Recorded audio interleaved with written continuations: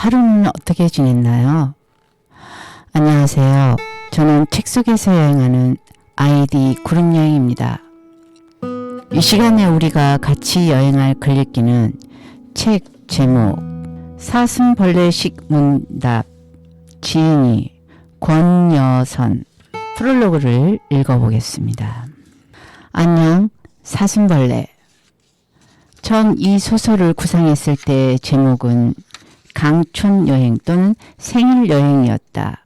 누군가의 생일에 지인들이 함께 떠나는 짧은 여행을 테마로 여장과 대화로 이루어진 가벼운 스케치 같은 소설을 쓸 생각이었다.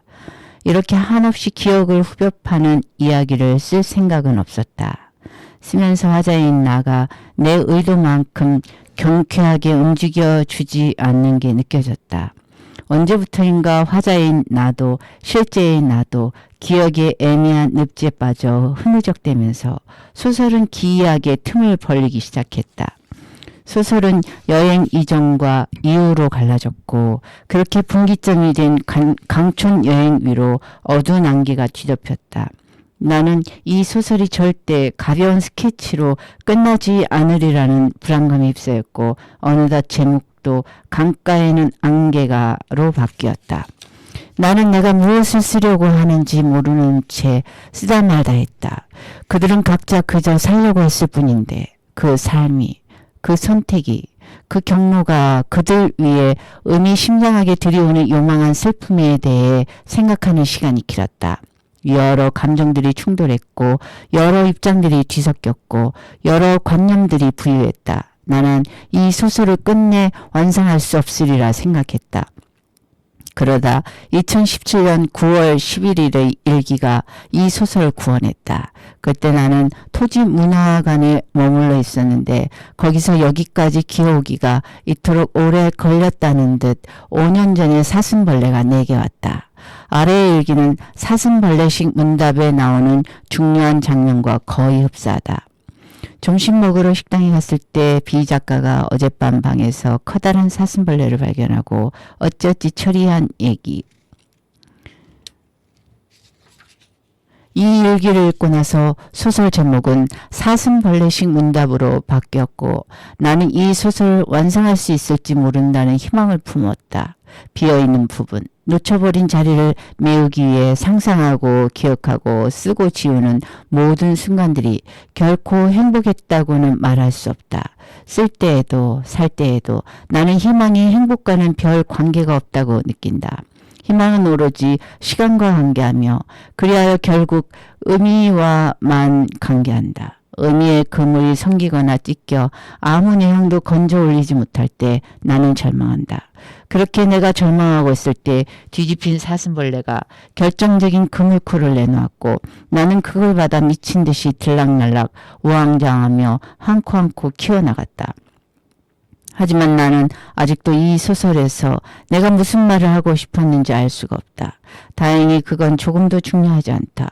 도시의 9월처럼 내 의도는 모조리 가짜이고 난 기술자에 불과하니 찌릉찌릉 그렇다고 할 밖에. 사슴벌레는 어디로든 들어온다. 문득 삶의 비극성이 눈앞에 상연될 때가 있다. 이를테면 커다란 사슴벌레 한 마리가 약을 친 방 안에서 뒤집힌 채 버둥거리고 있을 때 방충망도 있는데 도대체 그렇게 커다란 사슴벌레가 어디로 들어오는 거예요? 방문객의 질문에 여행지의 집주인은 이렇게 답한다. 어디로든 들어와. 어디로? 어디로든. 이 의젓한 답변에 재미를 느낀 일행은 온갖 질문에 든을 덧붙여 대답하는 말놀이를 벌였고 이 대화에 사슴벌레식 문답이라는 이름을 붙였다. 든이라는 단음절의 어미 혹은 조사는 세상의 온갖 질문들을 그대로 반복하면서도 전혀 다른 해답으로 이끈다. 운명론에서 자유의지까지, 체념에서 희망까지 모든 대답이 저 든에 들어있다. 눈앞에서 버둥거리며 죽어가는 혹은 살려고 발버둥치는 사슴벌레의 비극, 나아가 이 말을 나눈 여자친구들의 비극은 이 문답법에 따라서 강화되고 혹은 부정되며 혹은 극복된다. 사슴벌레식 문답은 정원의 20주기 추모 모임에서 시작해 10년 단위로 시간을 오르내리면서 전개된다. 4명의 대학 친구들은 같은 하숙집에 살면서 친해진다. 상냥하고 조심성이 많으면서도 열정적이던 정원, 큰언니처럼 친구들을 챙겼던 부영, 예의 바르고 인내심이 강했던 경애, 소설을 쓰는 반주정뱅이 나, 이렇게 4사람이다. 졸업한 지 얼마 안 됐을 때 이들은 강촌에 여행을 가서 사슴벌레식 문답을 하게 된다. 강촌행이 있은 지 10년 후 교사 생활을 접고 연극판에 뛰어들었던 정원이 스스로 삶을 마감했다. 다시 10년 후 운동권이었던 경희가 동지였던 부영과 부영의 남편 두진을 배신했다. 곽두진이랑 아무개랑 수령에게 교시를 받는 걸 목격했노라는 거짓 증언으로 경혜는 동지들을 팔아넘기고 자신만 수령에서 빠져나왔다. 이 사건으로 두진은 8년 옥살이를 하고 부영은 쓰러져 뇌 수술을 받았다. 그리고 지금 나는 정원의 20주기 추모 모임 소식을 둘에게 알렸으나 경혜도 부영도 답변이 없다. 간첩 조작 사건과 운동권 조직의 붕괴, 동료의 배신과 동지들의 몰락이 이 소설의 주요한 배움을 이루고 있다. 권여선이 여성 후일담 서사의 한 맥락을 구축해왔다는 점에서 이 소설 역시 유사한 방식으로 익힐 수도 있을 것 같다. 그런데 이 소설에서 주목해야 할 부분은 따로 있다. 그것은 중요한 사건의 전무가 독자에게 전달되는 방식이다. 전화기 너머에서 이 사연을 전하는 부영의 목소리는 온통 말줄임표가 붙은 채 토막나 있다. 비극은 논리정연한 언어로는 전달될 수 없다는 듯이 비극에서 중요한 것은 존재 증명을 위한 육하 원칙이 아니라 그 비극을 겪는 이의 기막힌 애끓는 내면이다. 경혜는 배신의 대가로 교수직을 얻었고 지금은 정년 보장을 받기 위해 여기저기 뛰어다니는 속물이 되었다. 경혜 이야기를 할 때면 누군가 슬쩍 말을 얻는다. 요즘 경혜가 무슨 법사의 사상에 경도되었다는 얘기를 들었다고도 했고, 와우, 경혜가 치아 교정을 하고 있더라고. 우리 나이에 참 대단하지 않으냐? 고대했다. 사소한 두 에피소드마저 운명과 자유의지에 대한 우화다. 법사의 말에 따른 삶은 운명론을 수락하는 삶일 것이고 임플란트를 시작할 나이에 치아를 교정하는 삶은 자유의지에 따른 삶이다. 운명론에서 자유의지까지 소설의 도처에서 주고받는 사슴벌레식 문답은 삶의 폭넓은 스펙트럼을 보여준다. 4사람이 나누는 자신의 운명 혹은 자유의지와 관련된 몇 가지 사슴벌레식 문답을 말해보자. 사슴벌레식 문답은 기억의 생태학이라 부를 만한 어떤 것에 관한 이야기가 된다. 방충망을 뚫고 어디로든 들어와 약을 친 방 안에 죽어가는 이제는 멸종 위기의 저 벌레는 아름다웠던 시절과 참혹한 시절을 모두 거치고 나와 우리가 어쩌다 이렇게 되었는지 알지 못하는 그 시절을 증언하는 존재. 즉 작중 소설가인 나이자 이 소설을 쓰는 작가 자신이 된다. 4명의 친구들은 사회 전체를 압축하는 인물들과도 같다. 작가인 나와 공자가 말한 3인행에서의 세 친구, 피해자와 가해자, 세상을 버린 이와 세상과 타협한 이, 아득바득 사는 이와 견디며 사는 이가 주인공이다. 작가는 그 사연을 몸으로 겪고 글로 쓴다. 만취에 쓰러져 대문니 2개를 잃어버린 나가 자신을 사슴벌레에 빗댄 것은 이런 이유에서일 것이다. 김승옥은 서울 1964년 겨울에서 한 대화를 소개했다. 안녕, 파리를 사랑하십니까? 그러자 아는 김영, 꿈틀거리는 것을 사랑하십니까? 라고 되물었다. 이 기묘한 문답법은 1960년대식 실종과 절망, 환멸과 위약, 그리고 운명과 자유의지를 되새기게 했다. 권여선은 이제 저 여성들의 목소리로 사슴벌레식 문답을 소개한다. 어디로 들어와? 어디로든 들어와. 저 사슴벌레의 죽음의 향기 가득한 이곳으로 꿈틀거리며 기어들어와 우리에게 기억과 운명, 비극과 자유의지에 대해 묻는다. 매번 다른 뉘앙스로.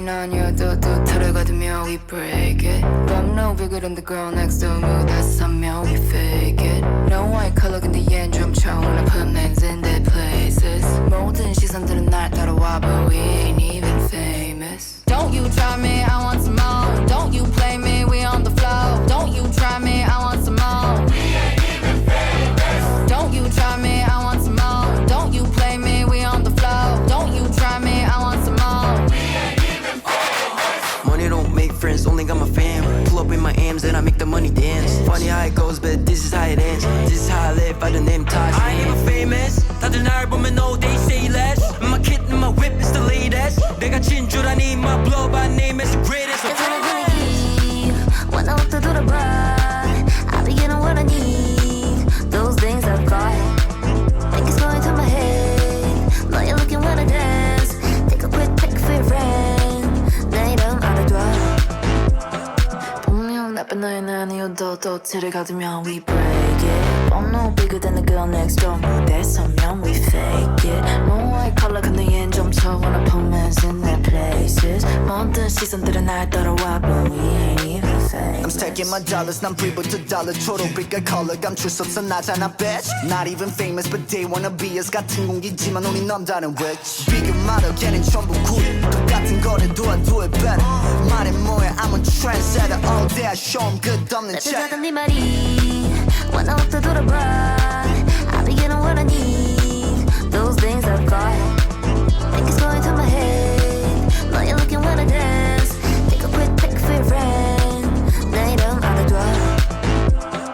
분명 나쁜 아이 아니어도 또 들어가두면 we break it 법무선 줄 모르고 덤벼 겁 없이 I just face it No white color 근데 얜 좀 wanna put men's in their places 모든 시선들은 날 따라와 but we ain't even famous Don't you try me, I want some more. Don't you play me, we on the floor. Don't you try me, I want some more. We ain't even famous. Don't you try me, I want some more. Don't you play me, we on the floor. Don't you try me, I want some more. We ain't even famous. 다들 날 보면 no they say less say less say less say less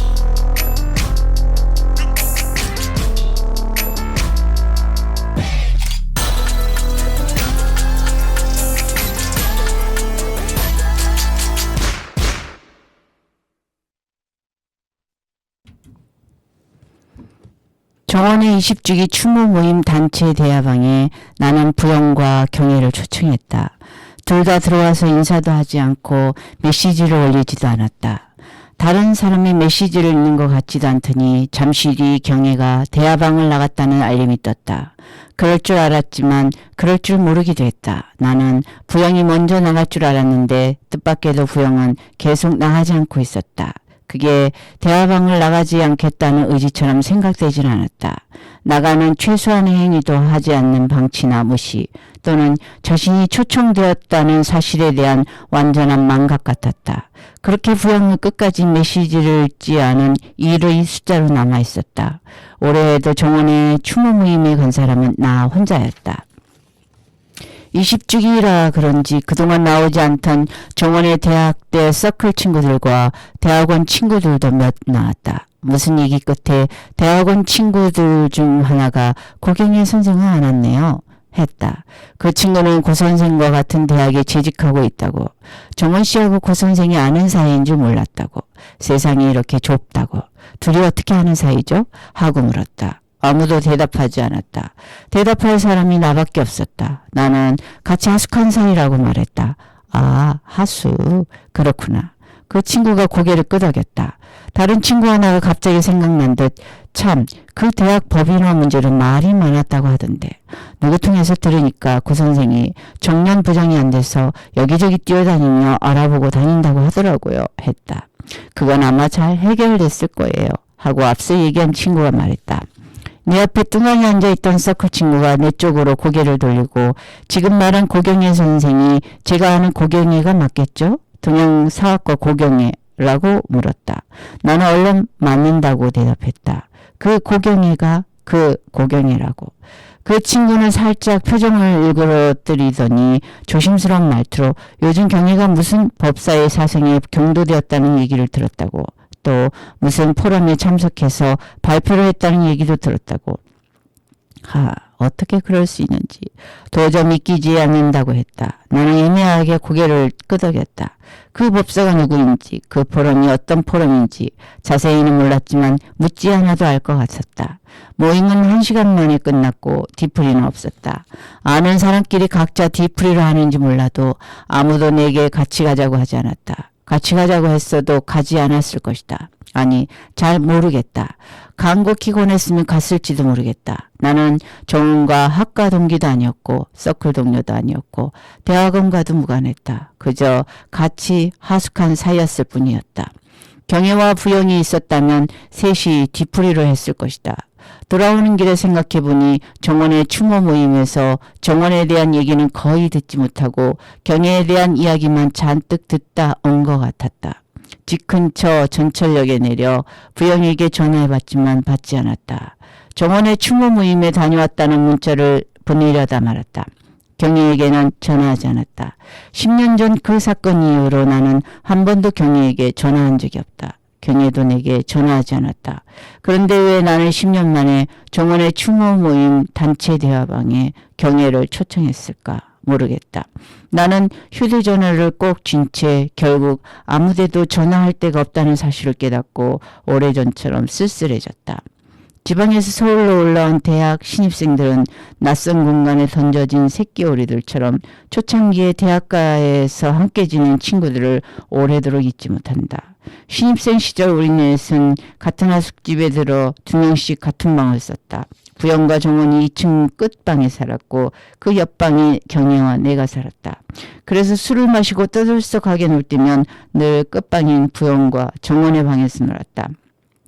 그들이 자리를 제공하고 뒷정리까지 하는 게 미안해서 처음엔 경혜와 내가 소주와 막걸리를 사들고 갔지만 점점 그런 것에 신경 쓰지 않아도 될 정도로 거리낌이 없어졌다. 우리 사이에서는 돈 있는 사람이 베풀면 돈 없는 사람은 누리면 됐다. 이상하게 베푸는 쪽은 주로 부영과 정원이었고 누리는 쪽은 경혜와 나였다. 방도 술도. 부영은 성격이 시원시원하고 통이 커서 늘 우리의 리더로서를 했는데 리더로서의 자의식도 없는 데다가 리더의 권위를 도전받아도 개의치 않고 부디 나 대신 누가 리더 좀 해줘 하는 식의 의미적이고 편안한 태도를 취했기에 더 리더로서 적합했다. 툭하면 우리를 구박했지만 우리에게 구박도 잘 당했다. 우리 모두 부영을 믿고 의지했지만 룸메이트인 정원이 특히 그랬다. 정원은 상냥하고 조심성이 많고 무서움을 잘 타는 성격이었지만 때로는 급작스러운 광기나 충동에 몸을 맡겨 우리를 놀라게도 했다. 정원은 자유나 해방이 들어간 시나 경구, 노래 가사 등을 많이 외우고 있었는데 특히나 그 말을 전국인 불어로 발음할 때면 마치 감정이라도 된 듯 온몸에 미세한 경련을 일으키곤 했다. 그러면 우리 또한 그 유려한 발음에 감탄해 덩달아 몸소리를 쳤다. 그러나 평소에 정원은 리본이 달린 작은 꾸러미에 포장되어 어디론가 배달되기를 기다리는 어여쁜 선물 같았고 부영은 그런 연약한 룸메이트에게 언니스러운 강한 책임감을 갖고 있었다. 자기는 제멋대로이면서 정원이 제멋대로 굴다 상처받는 것은 견디지 못했다. 감싸면서 단련시키려 했고 아끼면서 통제했다. 정원이 저거 너무 순진해서 정원이 쟨 너무 고지식해 라는 말을 자주 했지만 그러면서도 정원의 순진함과 고지식함을 교정하기보다는 보존하려 했다. 정원만의 스타일을 함부로 엎드리지 않으려 했다. 누가 봐도 있는 그대로 지켜준다 그런 느낌이었다. 나의 룸메이트인 경에는 정원과는 다른 의미에서 친절하고 부드럽고 예의 발랐다. 정원처럼 자유나 해방 같은 것에 열광하지는 않았고 오히려 규칙적인 일상을 지키려고 노력하는 편이었다.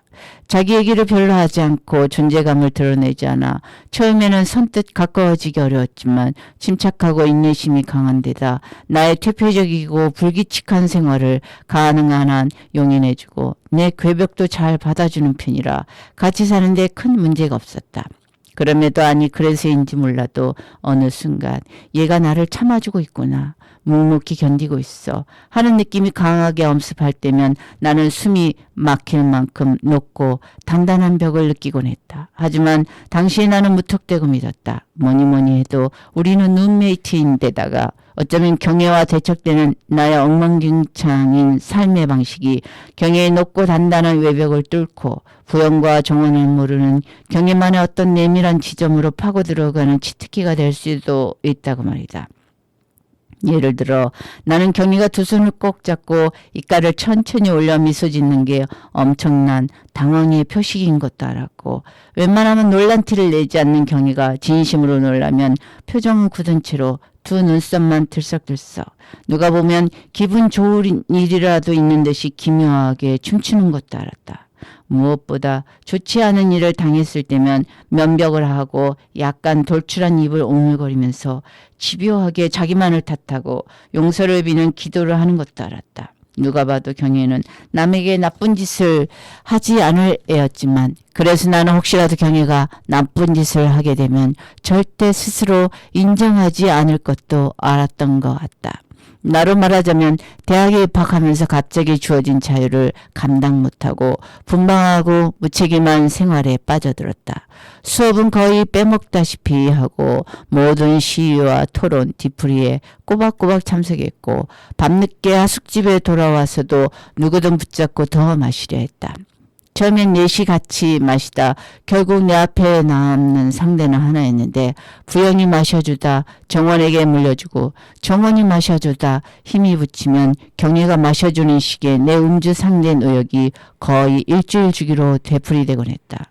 나는 관계에 취약해서 누군가와 갈등하거나 불안한 상황을 견디지 못했고 그럴 때마다 재빨리 술로 도망치곤 했는데 바로 그 유력한 변덕스러움 때문에 1년 내내 누군가와 갈등하거나 불화했으므로 1학년이 끝나갈 즈음에는 거의 알코올 중독자와 비슷한 형태의 삶을 살고 있었다. 2학년이 되면서 우리는 하나씩 하숙을 옮기고 자취를 하고 친척집에 들어가며 뿔뿔이 흩어졌다. 그래도 한 달에 한 번씩은 꼭 만나려 했고 서로의 생일을 결사적으로 챙겼다. 한동안 나는 1학년 때 버릇을 못 버리고 술에 취하면 나의 새끼 오리 친구들을 찾곤 했다. 경혜는 특유의 인내심으로 나를 받아주었지만 내가 원하는 만큼의 적극적인 공감을 표하지 않아 심심하고 서운했다. 정호는 내 말을 의심 없이 믿어주고 내 편을 들어주며 함께 흥분하게 일쑤였지만 얼마 지나지 않아 미안해 준이야. 네가 술 취해서 만나자고 하면 만나지 않겠어 라고 울먹이며 선언했다. 그 후로 정말 내가 술 먹고 건 전화는 조용히 끊어버렸는데 이런 정원답지 않은 단호한 대처에는 분명 부영의 조언이 있었을 것으로 생각되었다. 부영은 제멋대로 내 전화를 받거나 안 받았다. 만나면 하며 대충 듣는 신용만 할 때도 있었지만 그 인간이 아주 미쳤네 미쳤어. 우리 준이 어쩌냐 하며 격하게 공감할 때도 있었다. 그러다 마침내 부영마저 더는 버티지 못하고 사냥감을 잡듯 내게 매서운 말을 휙휙 쏘아 꽂는 날이 왔다. 진지하게 묻는다 준이야. 너한테 나는 뭐냐?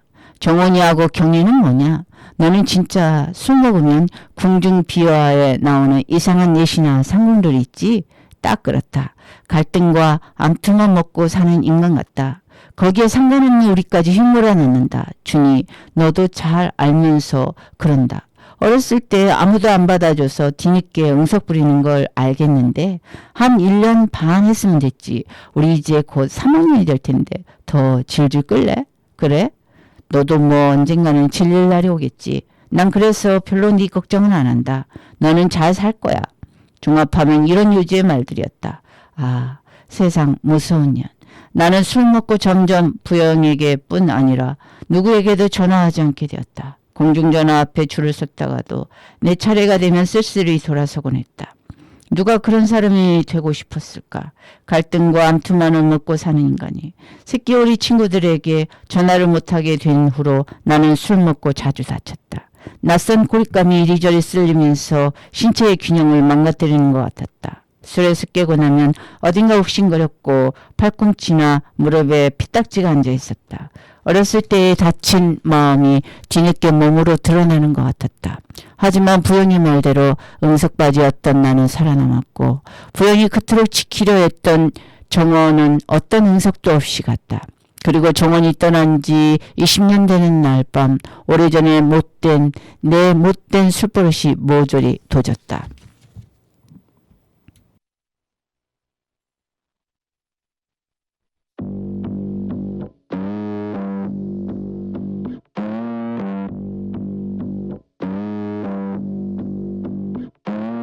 World domination I don't gotta say it 전엔 없던 두려움 변이 같아졌지 않아 다수로 볼 땐 set 'em on fire 스스로 밝혀 I don't really care if you like me I don't really wanna play nicely Oh 답을 고른 게 정답인 선택 Open your eyes come and like me Sharp teeth bite first Real bad business that's dirty work Yeah Real bad business that's dirty work Real bad business that's dirty work Bold eyes, cold stare Real bad business that's dirty work Real bad business that's dirty work Yeah Real bad business that's dirty work Work, work, work Yeah Work, work, work Real bad business that's dirty work Real bad business that's dirty work I'm not a Nick girl, more like a hit girl Mafia ties going back to the old world Fear in their eyes, I'm always watching Call me the Reaper, I'm knocking It's me, a little baddie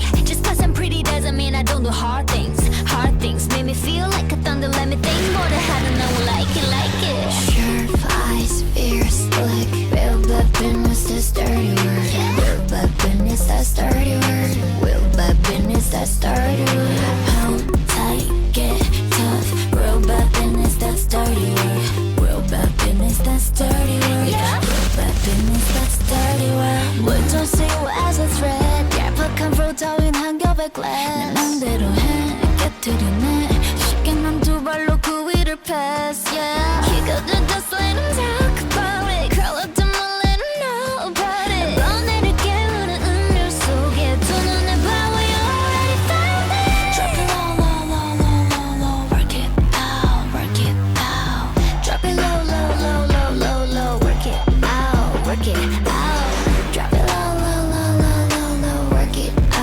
Work it out Drop it low low low low low low Work it out Sharp tip bite first Real bad business does dirty work Real bad business does dirty work Real bad business does dirty work Old eyes cold stare Real bad business does dirty work Real bad business does dirty work Real bad business does dirty work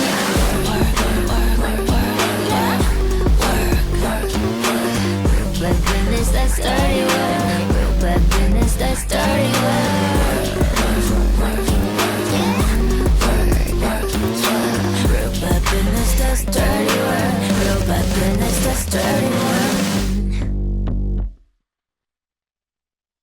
전철역에서 곧바로 들어가 집구석에서 술을 마셨으면 좋았을 걸 굳이 집 근처 술집을 기웃거리다 어딘가 쑤시고 들어간 게 문제였다. 소주를 반병쯤 비웠을 때 부영에게서 다녀왔냐? 난 괜찮다는 거두절미한 메시지가 왔다. 내가 응 잘 다녀왔어. 네가 괜찮다니 다행이다 하고 보냈지만 더 이상의 응답은 없었다. 도대체 뭐가 괜찮다는 건지 몰랐지만 거기까지만 말하고 싶은 부영을 이해해야 했다.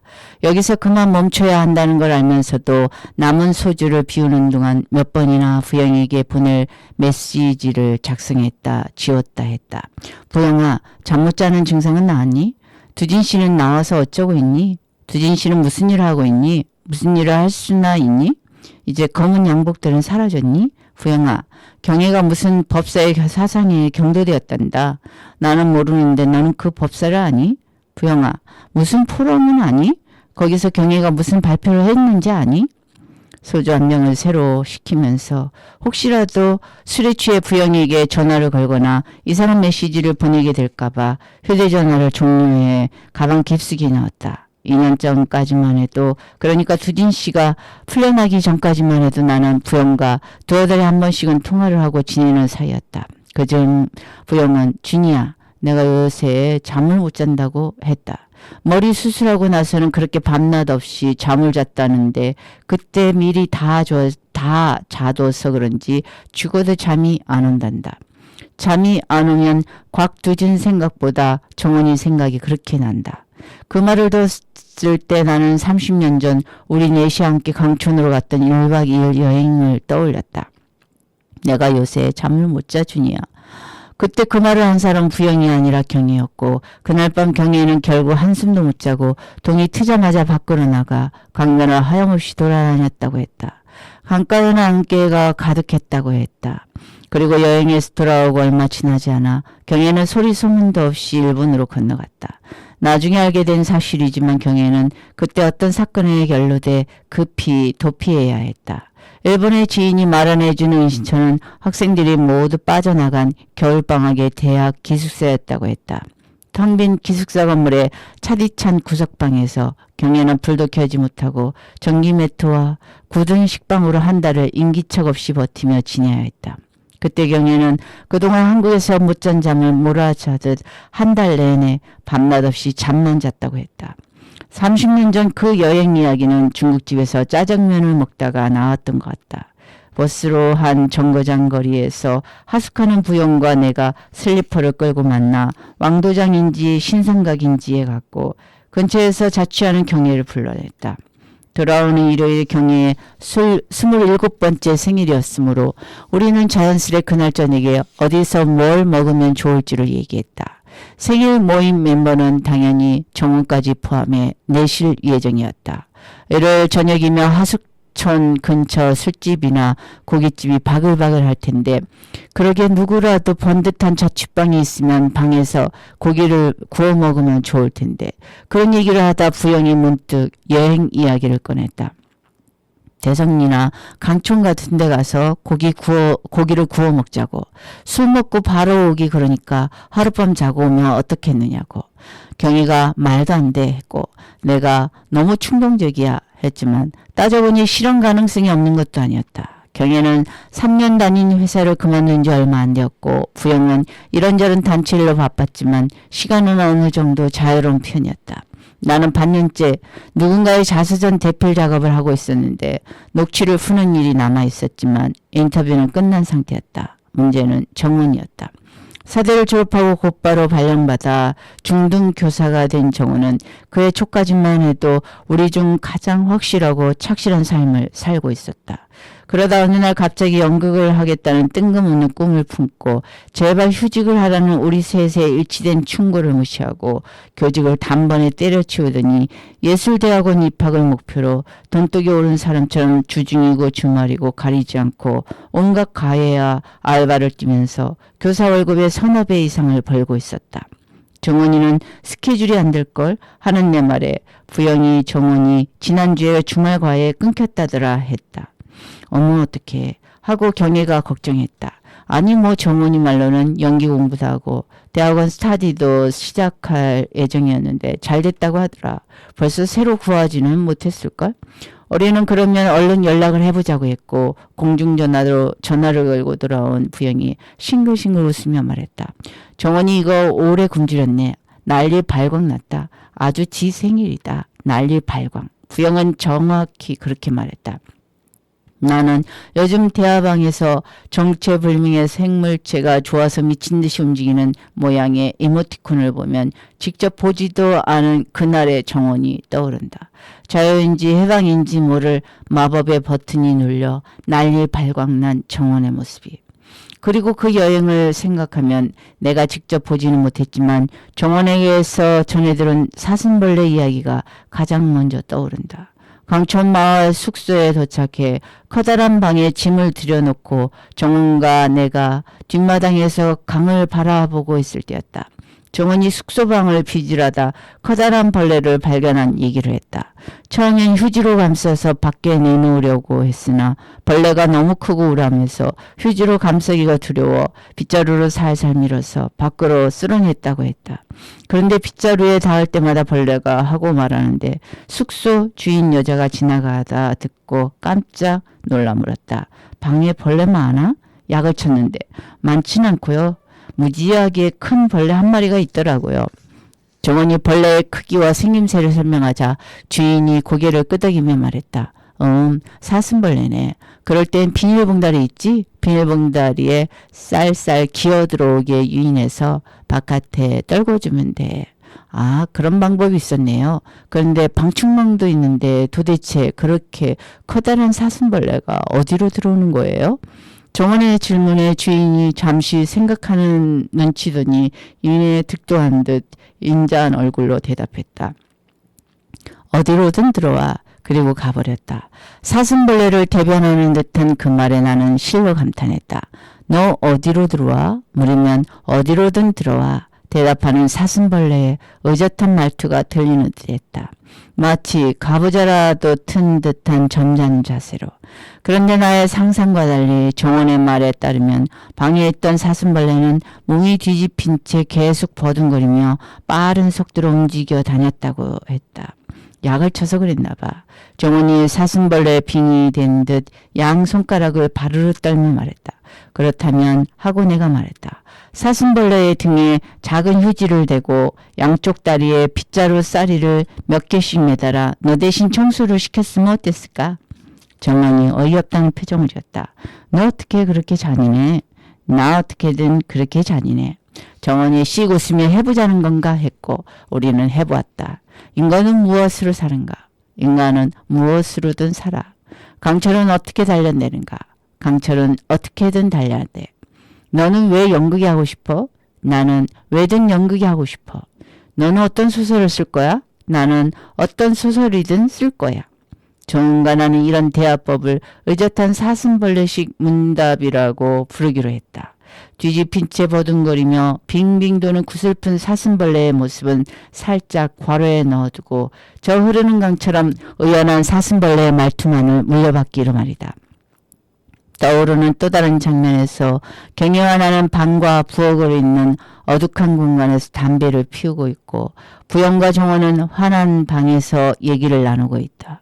부영이 정원에게 예술대학원 오디션을 보려면 일단 우리 앞에서 먼저 연기를 해보라고 하자 정원이 기겁을 하며 미쳤느냐고 대꾸했다. Why? 묻는 부영의 대응에 경혜와 나는 담배 연기를 내뿜으며 저건 좀 아니지 않느냐고 쑥덕거렸다. 그럼 내년에 예술대학원 오디션 보고 연기 공부하고 대본 쓰고 그 다음 단계는 뭐냐? 부영이 물었다. 그렇게 이력을 쌓아나가야지. 한 작품 한 작품 해나가면서 정원이 말했다. 이력을 쌓으면 아직은 잘 모르겠는데 괜찮은 극단에 들어갈 수도 있고 극단에 들어가면 배우할 거야? 연출할 거야? 연출하면 좋겠지만 일단 입단하려면 이런저런 이력을 먼저 쌓아야. 그러니까 너의 궁극적인 꿈이 뭐냐고. 배우야? 감독이야? 나도 그게 불분명해. 정원이 말했다. 불분명하다고? 부영의 시끈거리는 기색이 느껴져 경혜와 나는 불안한 시선을 교환했다. 정원이 네가 이렇게 답답하다. 생명이 힘들어도 네가 행복하게 연극을 한다면 우리는 열렬히 응원할 준비가 돼 있어. 근데 불분명하다고? 우리 이제 곧 30인데. 부영이 다른 건 몰라도 나이, 학년 그런 것에 대한 이상한 고정관념이 있다고 나는 생각해왔다. 한 1년 반 했으면 됐지. 우리 이제 곧 3학년이 될 텐데 더 질질. 내게 아프게 꽂힌 말이 있어 더 그랬는지 모른다.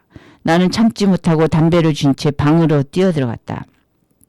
부영이 너 진짜 못 들어주겠다. 나이가 무슨 상관이야?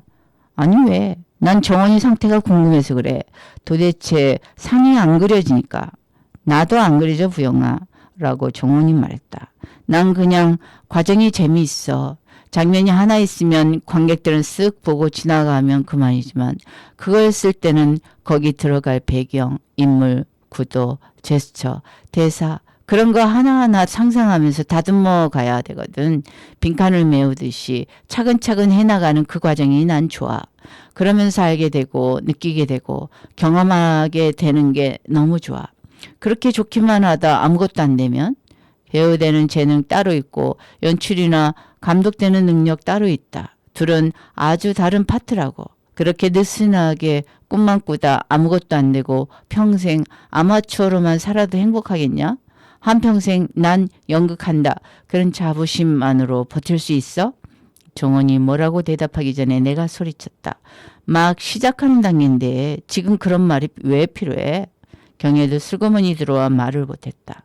그래 부영아 너무 나가지 마. 사는 거 너무 멀리 내다봐서 좋을 거 없어. 경혜 내 말이 그 말이야. 내가 의기양양해서 물었다. 경혜, 너도 그렇게 멀리 내다보고 사는 거 아니지? 아닌 것 같아. 경혜가 말했다. 나도 아니거든. 근데 부영이 쟤는 왜 정원이한테만 닭달이냐고. 아니야 준이야 하고 정원이 끼어들었다. 난 너희들하고 이런 얘기하는 거 좋아. 그렇지? 이번에는 부영이 의기양양할 차례였다. 니들하고 얘하고 같냐? 난 정원이가 자기 삶을 좀 더 적극적으로 이끌어 나갔으면 해서 얘기하는 거야. 예전에 내가 연극하는 선배도 소개시켜줬잖아. 근데 너 그 선배한테 연락도 안 했더라. 주체적으로 사람도 만나고 진취적으로 너를 PR도 하고. 그건 의지의 문제잖아. 맞지? 그래야 막연한 상태에서 저지르는 실수나 시행착오 같은 걸 빨리 교정할 수 있잖아. 나한테 지금 필요한 게 그런 인맥 맺는 거랑은 거리가 좀 있으니까 굳이 연락을 안 한 게 아니라 먼저 내 할 일을 하나하나 해나가야 해서 그런 거야. 내가 몸을 내밀고 뭐라고 한마디 하려는데 경혜가 얼른 저녁 준비나 하자며 나를 부엌으로 이끌었다. 알았다. 그러니까 일단 현재로선 불분명하다. 어떤 확고한 사항도 너한테는 없다. 그렇게 생각하면 되겠네. 부영이 말했다. 그렇지. 확고한 사항은 없지. 정원이 말했다. 그렇지. 확고한 사항은 없지. 그게 내가 경혜에게 부엌으로 끌려가며 들은 정원의 마지막 말이었다. 그때 나는 부영이 정원을 지켜주는 방식이 예전과 달라진 것 같다는 생각을 했다. 그게 부영이 변해서인지 정원이 변해서인지 아니면 부영과 정원의 거리가 달라진 때문인지 알 수 없었다.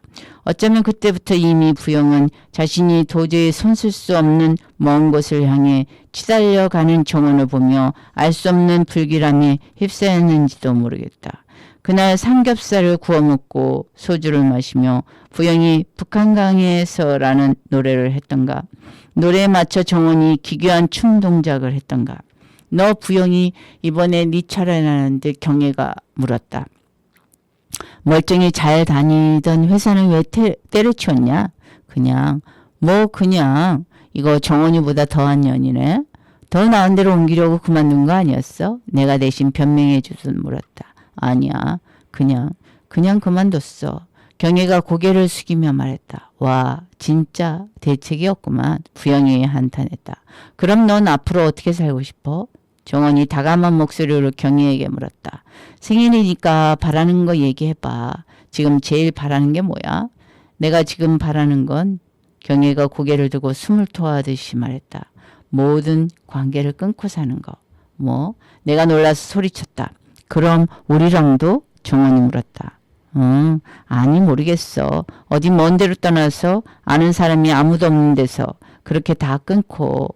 그게 무슨 소리야? 부영이 분개했다. 경혜 넌 충격이다. 무슨 관계를 끊어? 우리가 어떻게 관계를 끊고 사냐? 경혜는 다시 고개를 숙인 채 말이 없었다. 금세라도 올 것 같은 표정을 짓고 있던 정원이 갑자기 자유나 해방이라는 말을 들었을 때처럼 몸을 바르르 떨더니 내게 눈을 찡긋했다. 나는 정원이 왜 그러는지 몰라 어리둥절했다. 정원이 내 귀에 대고 이렇게 속삭였을 때에야 알아차렸다. 무슨 관계든 끊어. 우리가 어떻게든 관계를 끊고 살아. 그때 나는 사슴벌레가 불어오르는 얼마나 아름다운 바람일까 생각했던 것 같다. 정원의 20주기에 나는 혼자 술을 마시며 사슴벌레라는 마법의 버튼 하나가 더 생긴 듯 눈을 빛내며 무슨 관계든 끊어. 우리가 어떻게든 관계를 끊고 살아. 속삭이던 30년 전 정원을 생각한다. 그로부터 10년 뒤 정원은 자살했다. 그 당시 가깝게 지내던 연극계 동료들 얘기로는 우울증이 심했다고도 했고 누군가에게 배신을 당했다고도 했다. 생계가 힘들었다고도. 원래 이쪽 판이 지랄 맞다고도 했다. 그 당시에는 정원이 자살한 이유를 어렴풋이 알 것도 같았고 한마디로 표현할 수는 없지만 정원이 직면했을 무섭고 삭막한 30대 후반의 상황이 짐작되어 공감도 되었는데 시간이 흐를수록 나는 점점 모르게 누가 등을 떠민 것도 아닌데 정원은 왜 교직을 던지고 연극판에 제 발로 걸어 들어가 죽어서 나온 걸까? 30년 전 너는 왜 연극이 하고 싶어? 내가 물었을 때 정원은 나는 왜든 연극이 하고 싶어 라고 말했다. 어쩌면 나는 사슴벌레식 응답에 대해 심오한 오해를 하고 있었던 게 아닐까? 어디로 들어와? 물으면 어디로든 들어와. 말하는 사슴벌레의 대답이 나는 상대에게 구구절절한 과정이나 절차를 해명하지 않아도 되는 의젓한 방어의 멘트인 줄 알았다. 그러나 다시 생각해보니 그 문답 속에는 내가 읽어내지 못한 무서운 뉘앙스가 숨어 있었던 것 같다. 경애는 그렇다 치고 부영이는 왜 내 전화도 받지 않는 거니? 내가 묻는다. 부영이는 왜든 네 전화를 받지 않아. 정원이 답한다. 어떻게 너의 추모 모임에도 안 오니? 어떻게든 내 추모 모임에도 안 와. 부영이가 너를 얼마나 사랑했는데, 부영이가 나를 얼마나 사랑했든 우리가 어떻게 이렇게 됐을까? 우리는 어떻게든 이렇게 됐어. 우리는 언제부터 이렇게 됐을까? 우리는 언제부터든 이렇게 됐어. 이유가 뭐든 과정이 어떻든 시기가 어떻든 우리는 이렇게 됐어. 30년 동안 온갖 갖은 수를 써서 이렇게 되었어. 뭐 어쩔 건데. 이미 이렇게 되었는데. 아, 어디로 들어와? 물으면 어디로든 들어와. 대답하는 사슴벌레의 말속에는 들어오면 들어오는 거지. 어디로든 들어왔다. 어쩔래? 하는 식의 무서운 강요와 칼 같은 차단이 숨어 있었다. 어떤 필연이든 아무리 가슴 아픈 필연이라 할지라도 가차없이 직면하고 수용하게 만드는 잔인한 감명이 든이라는 한 글자 속에 쐐기처럼 박혀 있었다.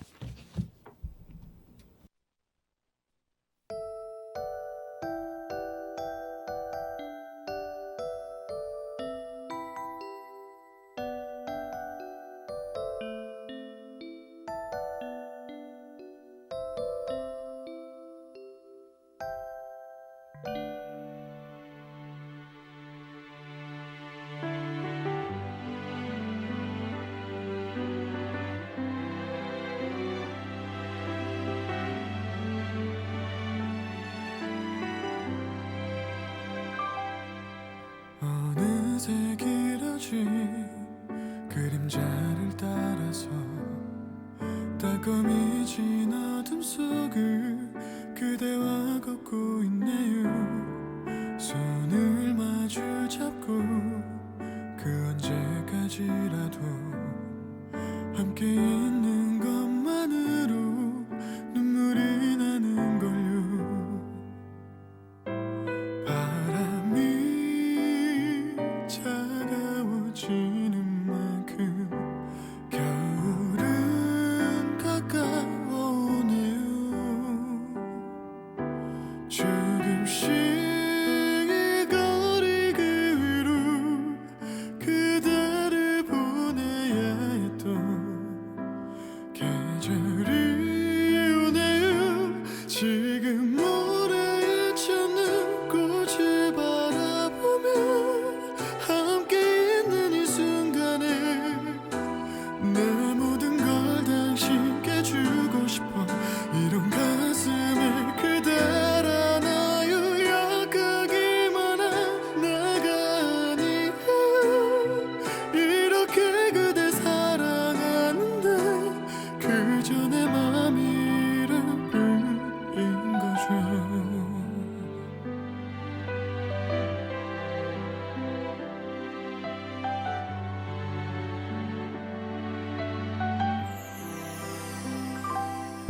그대 곁이라면 또 어떤 일이라도 할 수 있을 것만 같아 그런 기분이 드네요. 오늘이 지나고 또 언제까지라도 우리 사랑 영원하길 기도하고 있어요. 바람이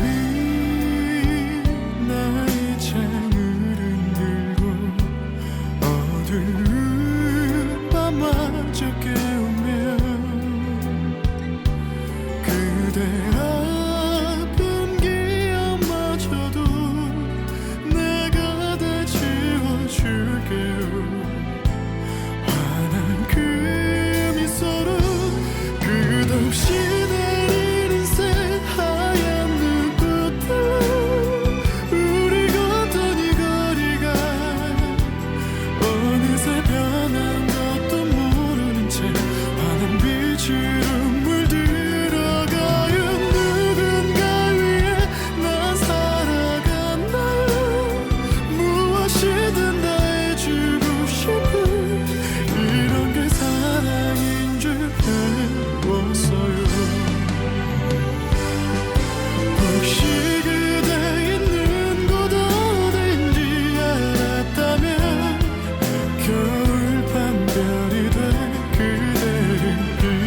텐데 웃던 날도 눈물에 젖었던 슬픈 밤에도 언제나 언제나 곁에 있을게요.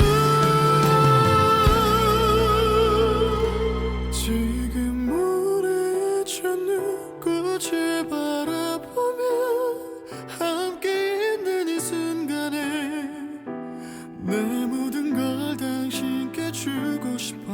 이런 가슴에 그대로 놔요. 울지 말아요. 나를 바라봐요. 그저 그대의 곁에서 함께 있고 싶은 맘뿐이라고. 다신 그댈 놓지 않을 따요. 끝없이 내린 겨울을 감싸요.